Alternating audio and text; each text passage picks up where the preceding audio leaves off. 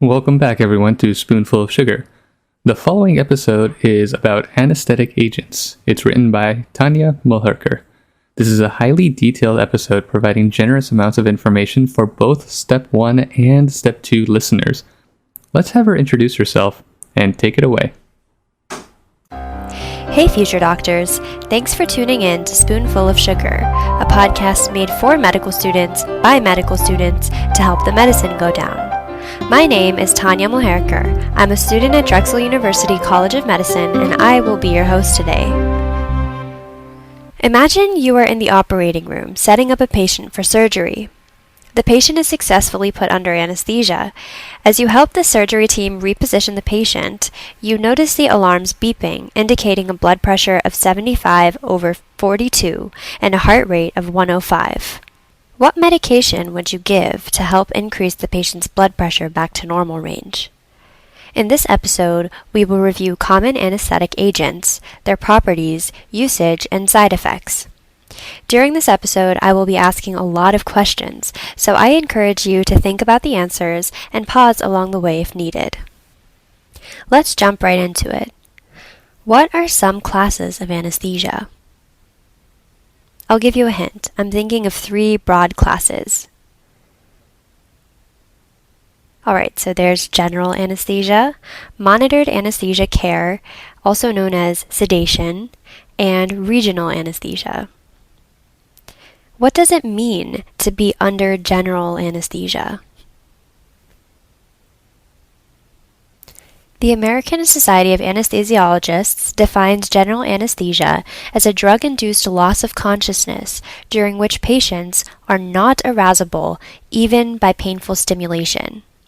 And this often coincides with impaired ventilatory and cardiovascular function as well. What does it mean to be under monitored anesthesia care, specifically deep sedation? Monitored anesthesia care, also called MAC, is anesthesia in which a patient cannot be easily aroused, but will respond purposefully to painful stimulation.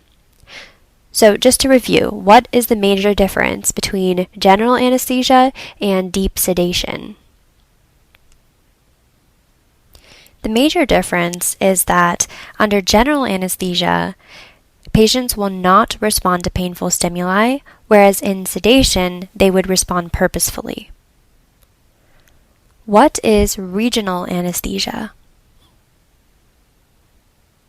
Regional anesthesia involves injection of local anesthetic to block sensory stimuli and potentially motor function as well. What are the 2 broad types of regional anesthesia? So I'm thinking of peripheral nerve blocks, and then central or neuraxial anesthesia, which includes spinals, epidurals, and paravertebral blocks. I wanted to help you categorize the different types of anesthesia, but we will not be focusing on regional anesthesia for the rest of this episode. So, switching gears, when putting a patient under general anesthesia, what 3 main things do you want to achieve? I'll give you a hint. They all start with A's. So the 3 main things you want to achieve with anesthesia are anesthesia, analgesia or pain control, and amnesia. There's also a mnemonic that says the 6 A's of anesthesia, which would include the first 3, as well as areflexia, autonomic areflexia, and anxiolysis. Let's start at the beginning of a hypothetical case. At the very beginning of the case, you anticipate rolling the patient back to the OR, helping them move onto the bed, and then starting the setup by hooking them up to monitors, possibly getting an additional IV or arterial access while they might still be awake. In order to make the patient more comfortable, what kind of medication might you want to start off with? An anxiolytic would be helpful. Most patients receive midazolam, also called Versed. What class of medication is midazolam, and what kind of receptor does it bind to? Midazolam is a benzodiazepine. Remember, those typically end in PAM or LAM suffixes. It binds to the GABA A receptor and acts as an agonist. Midazolam acts as an anxiolytic and does have some properties of helping with anterograde amnesia as well. Those are kind of the main things I wanted you to know about midazolam. But just for some extra information, I'm going to review some other things as well. So midazolam is typically avoided in elderly patients. Everybody has a different cutoff, but I think the general one is you don't really give it to patients over 65 because it does have that risk of increased post-op delirium. It can also cause significant respiratory depression when it's combined with opioids. How do you reverse the effects of midazolam in the case of overdose? Flumazenil. Remember that this can induce seizure activity in some patients, so you do have to be careful. In most cases, midazolam is used at smaller doses, so this isn't a major concern, but it's something to keep in the back of your mind. Alright, I think I've asked you a lot about midazolam, so let's get back to our case. Some of the access, like arterial lines and even extra IVs, can be very painful for patients who are awake. What medication could you give to help with pain management? Typically, fentanyl is given for analgesia. What receptor does fentanyl act at? So, fentanyl is a mu-opioid receptor agonist. And it has very short-term effects, so you can use it for post-op pain as well. Now imagine that you have all the monitors and access set up and you are ready to start general anesthesia. What medications could you use for anesthesia induction? So there are both inhalation anesthetics and IV anesthetics. Typically, the IV anesthetics are used for anesthesia induction, so let's talk about those first. What are some examples of IV anesthetics that are used for anesthesia induction? The most commonly used ones are propofol, etomidate, and ketamine. Other IV anesthetics include dexetomidine, which is also called Precedex. So propofol is the most commonly used IV anesthetic that I've seen. So let's talk about that first. What receptor does propofol act at? It acts at the GABA A receptor as an agonist. It has a very fast onset and offset. And what are some side effects that you can think of that propofol might cause? Some general side effects that it can cause are myocardial depression, decreased systemic vascular resistance, so the blood pressure can drop really quickly, burns on injection, and some people give lidocaine right before to decrease the pain of injection of propofol. Next, let's talk about etomidate. What receptor does etomidate act at? Etomidate is also a GABA A agonist. It also has a fast onset and offset. So what are some side effects of etomidate? Generally, it can cause post-op nausea and vomiting, it can cause adrenal suppression, and it can also cause myoclonus. What receptor does ketamine act at? So ketamine is the unique one. It is an NMDA antagonist. What are some side effects of ketamine? So ketamine is the one that can cause dissociative anesthesia. It causes catecholamine release, so that can result in tachycardia, increased intracranial pressure and intraocular pressure, and it can also cause increased airway secretions. What receptor does dexmedetomidine act at? So Precedex is a selective alpha-2 agonist. And what are some side effects of this? It can cause bradycardia and hypotension. How does Precedex affect breathing? It actually has minimal respiratory depression, so it's good for mimicking natural sleep, and this is good for those monitored anesthesia care cases or the sedation cases, because in those cases you don't want to intubate the patient or paralyze them, so they can kind of just breathe on their own, and it's almost like they're sleeping for the whole case. Another IV medication given is remifentanil. So what receptor does remifentanil act at? I'll give you a hint. It's probably what you're thinking the medication name sounds like or has in its name.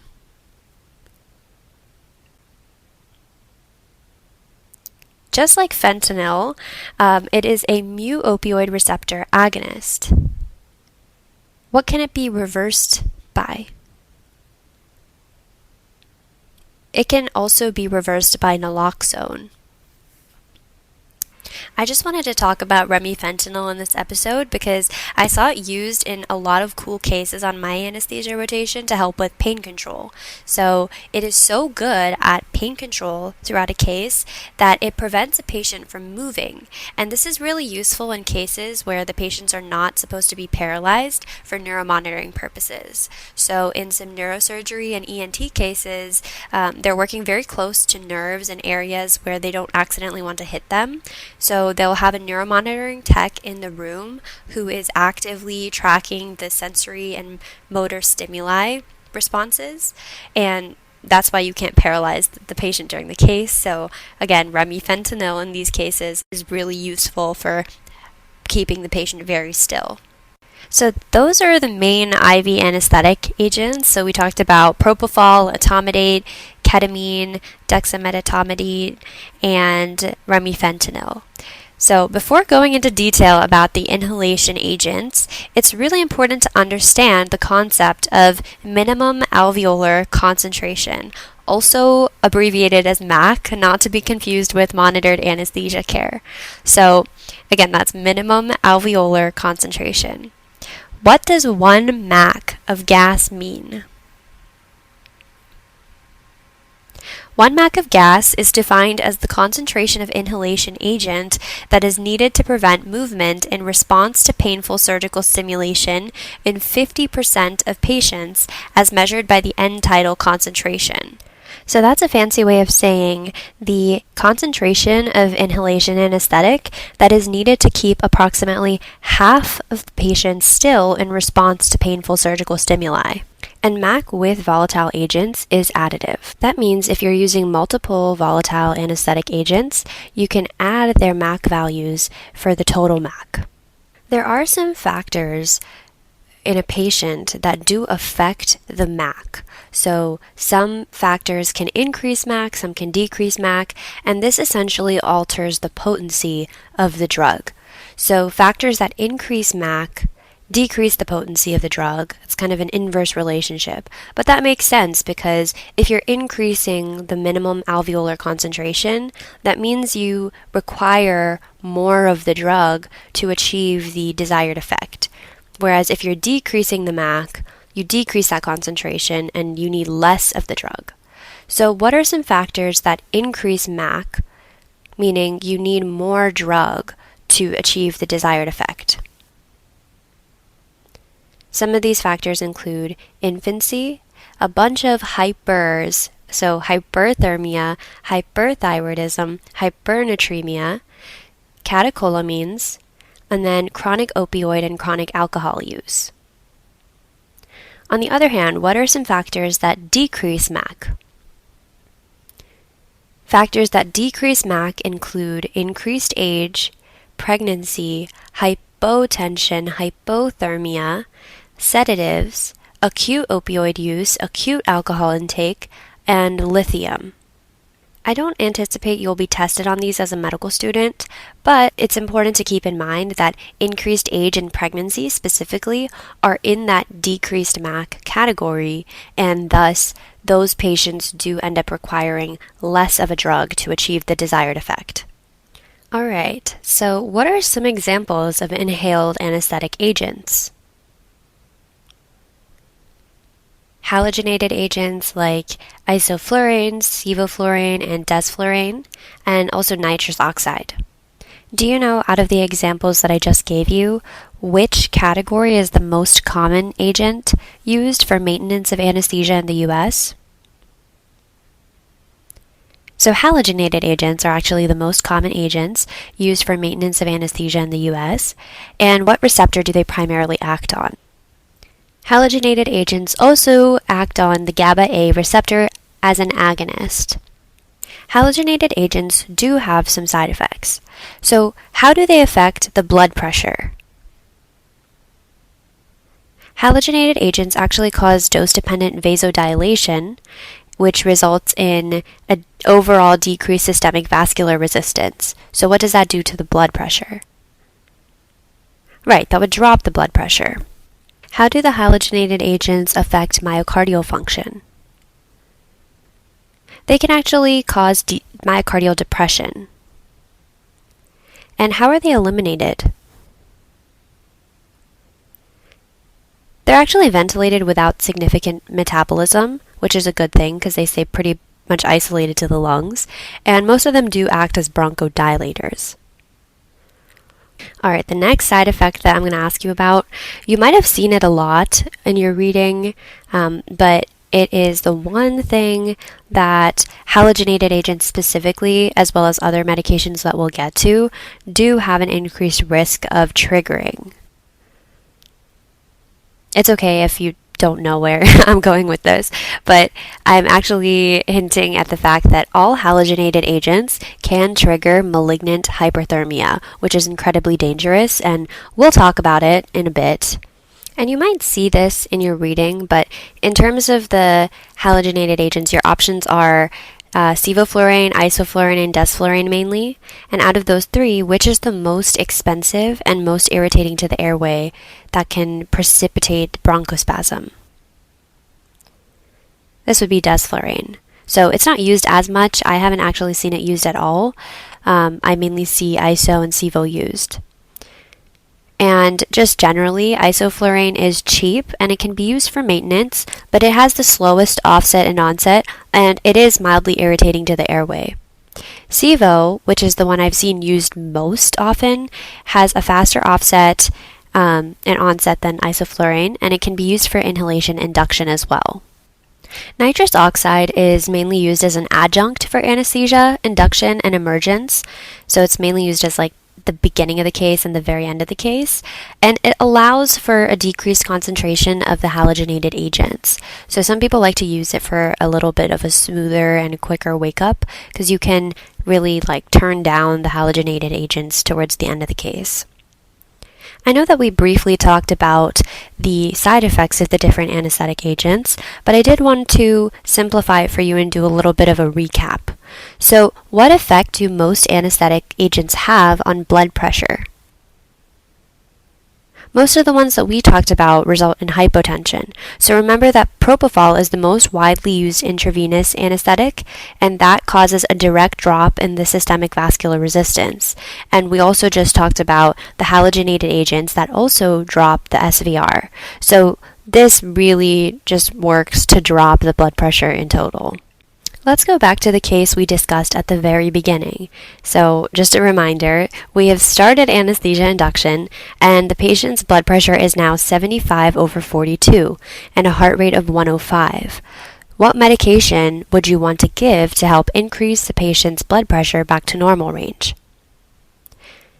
So as we've been discussing, a lot of the anesthetic medications do come with undesired side effects, and unfortunately, the main way of countering these side effects is with other medications.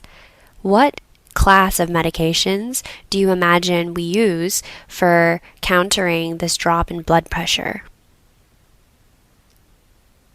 So mainly adrenergic agonists. And what are some examples of adrenergic agonists?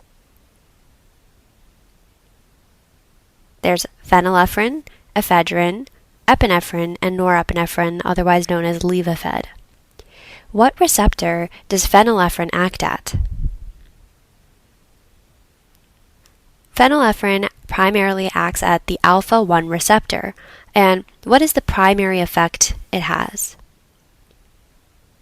So if you remember all the way back to M1, alpha-1 receptors are located primarily on vascular smooth muscle. So agonism of these receptors would primarily cause vasoconstriction, which results in increased peripheral vascular resistance and thus increased arterial blood pressure, as well as increased left ventricular afterload. So phenylephrine, again, primarily acts at the alpha-1 receptor. The other adrenergic agonists, like ephedrine, epinephrine, and norepinephrine, are all non-selective adrenergic agonists. Now imagine you're waking up your patient from anesthesia, and suddenly their heart rate spikes to the 120s. What medications would you consider giving? In this case, we would want to use adrenergic antagonists, so mainly beta blockers, because we're specifically tackling that high heart rate. Do you know which beta blockers we could give? We could give esmolol and labetalol. So esmolol is what type of beta blocker? It's a selective beta-1 antagonist, and it's very short-acting due to rapid redistribution and hydrolysis by the RBC esterases, and its half-life is about 9 minutes. What about labetalol? What receptors does it act at?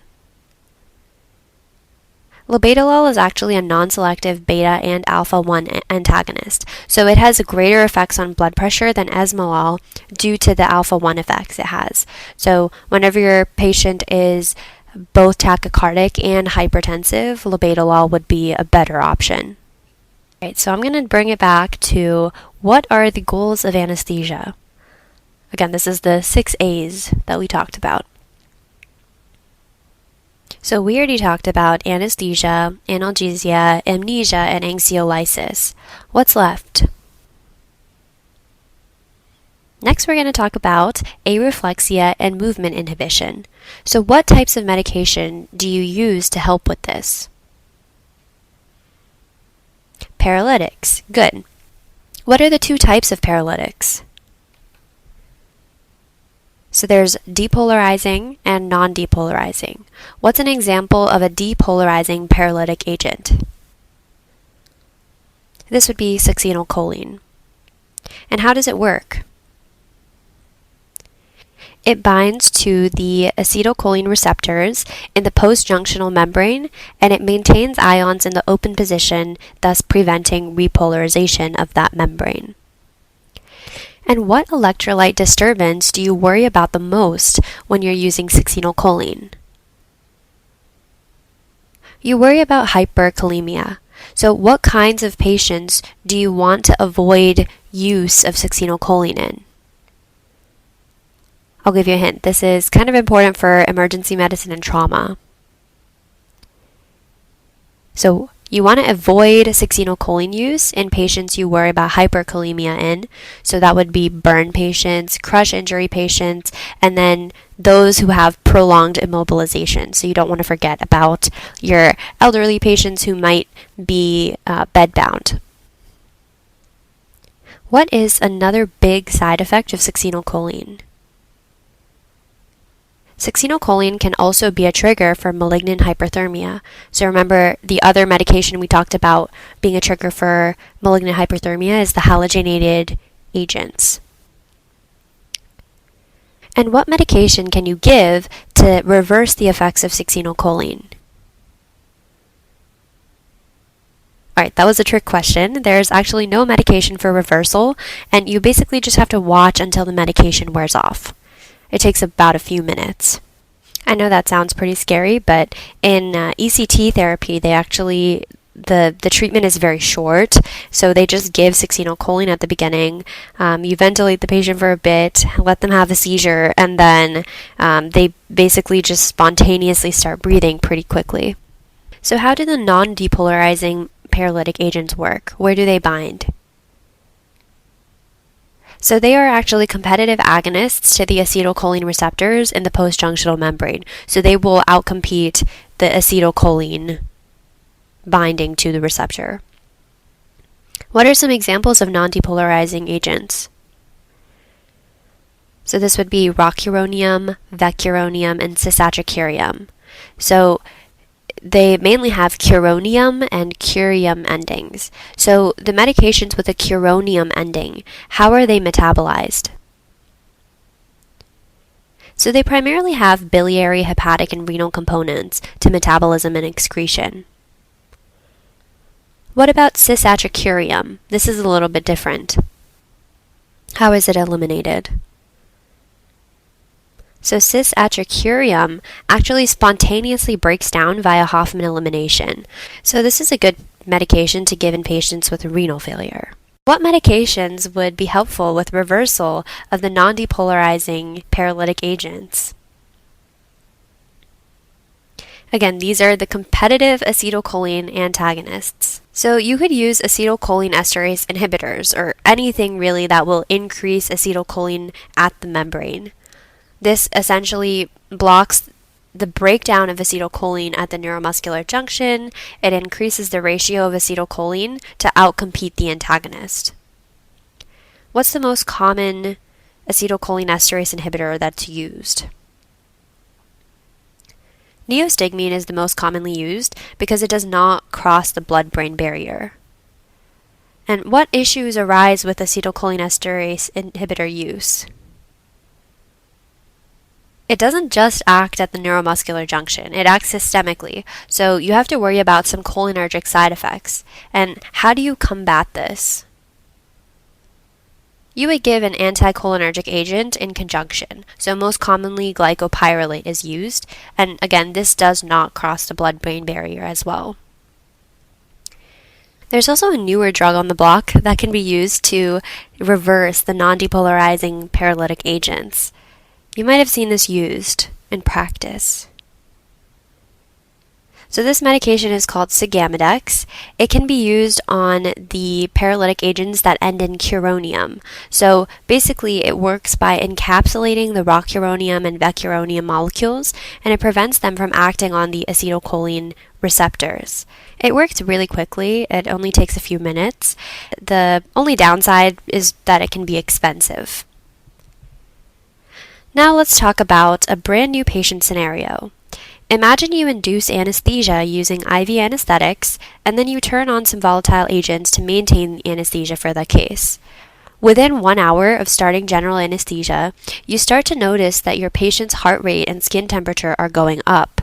You might even notice an irregular rhythm on the monitor. The oxygen saturation starts dropping, and you check the patient's limbs and notice they're very stiff and heavy and difficult to move. What are you worried about, and what do you want to do about it? This is really dangerous. This sounds like it could be a case of malignant hyperthermia.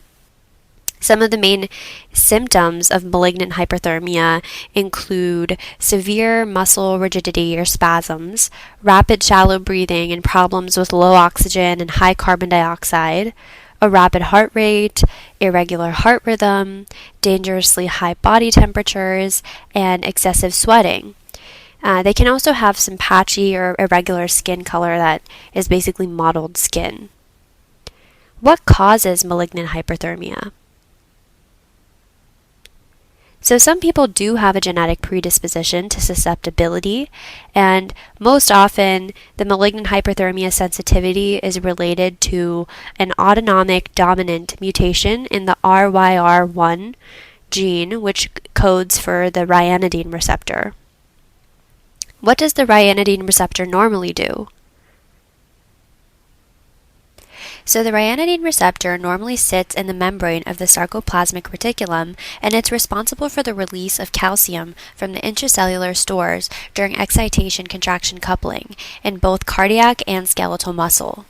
In patients who are susceptible to malignant hyperthermia, the ryanodine receptor is abnormal and it remains open, causing a buildup of calcium in the skeletal muscle. So calcium basically just keeps pouring out into the muscle, and this causes a massive metabolic reaction upon exposure to triggering agents. What's the treatment for malignant hyperthermia? You definitely want to stop any medications that could be triggering the MH, and you want to administer dantrolene.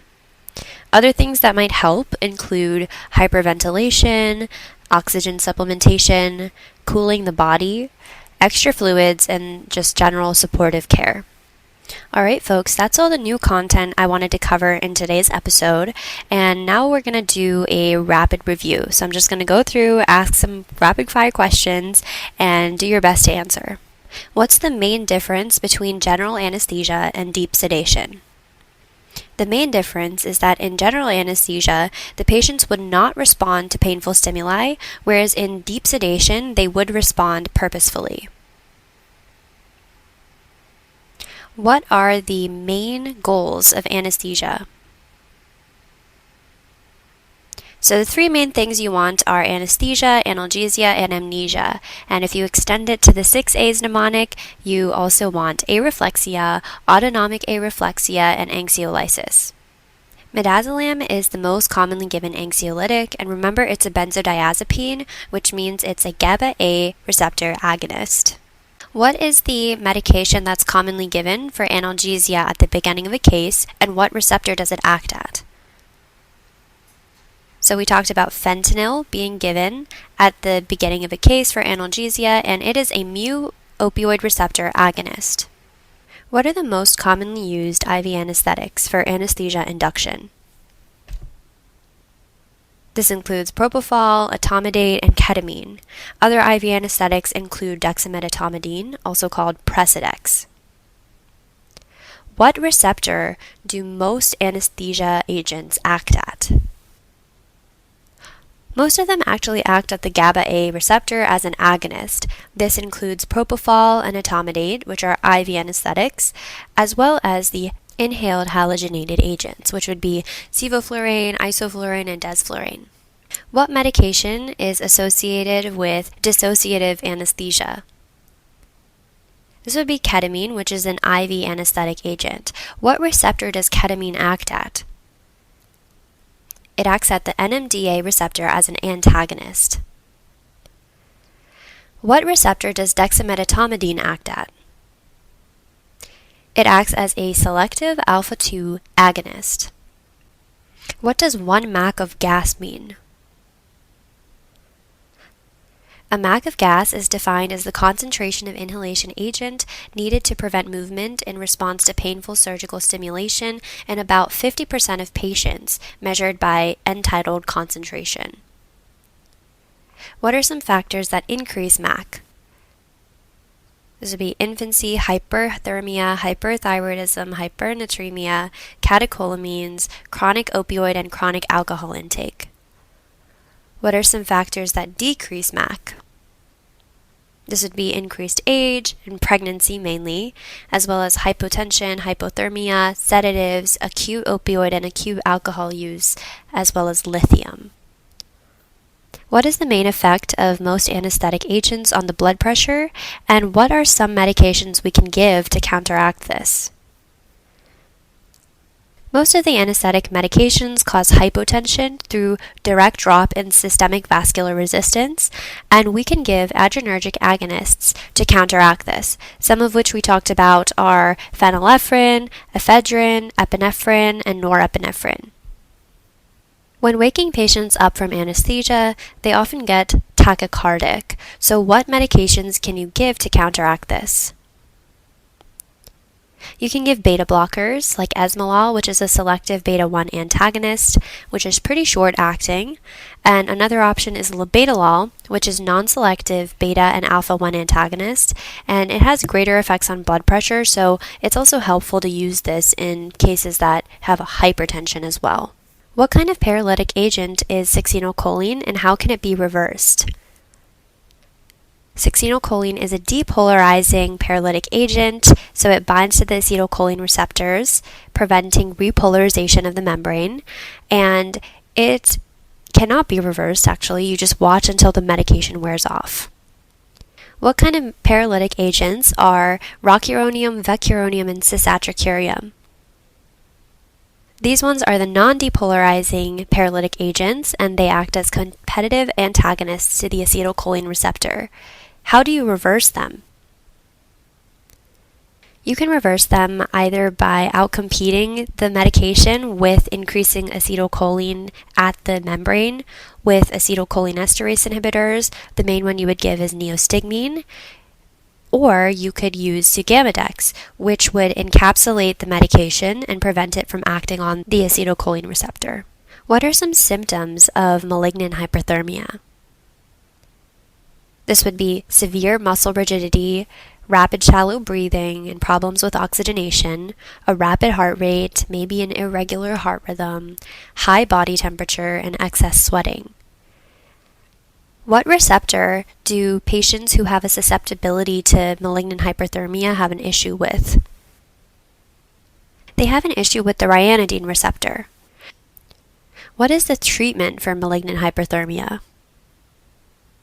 So you want to stop any medications that could be triggering the malignant hyperthermia, and some of those triggers we talked about are succinylcholine as well as the halogenated inhalation agents, and you want to administer dantrolene as well as take other supportive measures. And that brings us to the end of the episode. Thank you for listening. If you found this episode helpful, please subscribe to our podcast. If you have any questions, comments, or concerns, visit our website at spoonfulofsugar.org and post them under the link for this episode. Good luck with studying, and remember that if you ever have an SOS moment, Spoonful of Sugar is always here to help the medicine go down.